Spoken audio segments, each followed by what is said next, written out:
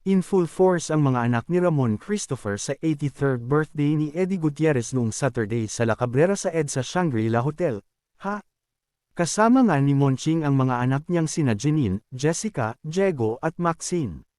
Pero dateless si Janine that night dahil hindi niya kasama ang rumored boyfriend niyang si Jericho Rosales. Bakit kaya? Ang alam namin ay welcome naman si Echo kahit kay Annabel Rama, na nagsabing bagay ang dalawa, ha? Baka may ibang lakad si Echo kaya hindi nakasama kay Janine. Anyway, nasa party rin ang panganay ni Tito Eddie na si Tonton Gutierrez na kasama ang wife niyang si Glidel Mercado. Si Rufa Gutierrez naman, may event din sa same hotel kaya lagare siya. Nag-ana magkawas event muna siya sa may Isla Ballroom at after ay dumiretso na sa birthday dinner ng kanyang tatay.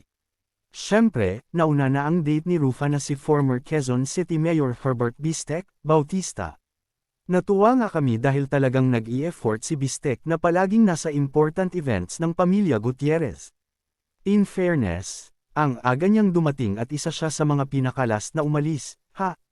Kasama naman naming nagpunta sa birthday ni Tito Eddie si Martin Nievera, na 63rd birthday naman noong February 6. Ka-join namin sina Ange Del Rosario, Joy Alonzo, at si Princess Revilla.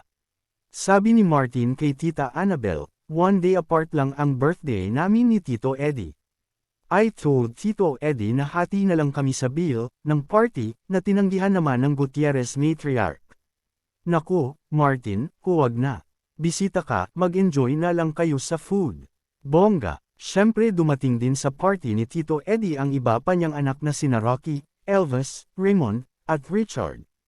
Kasama rin syempre ang ibang mga apo ni Tito Eddie, pati ang relatives niya and friends.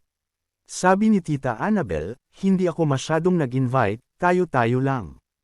Ang ganda-ganda nga pala ng very Hollywood cake ni Tito Eddie na gawa pala ng Fernando's Bakery ni MS.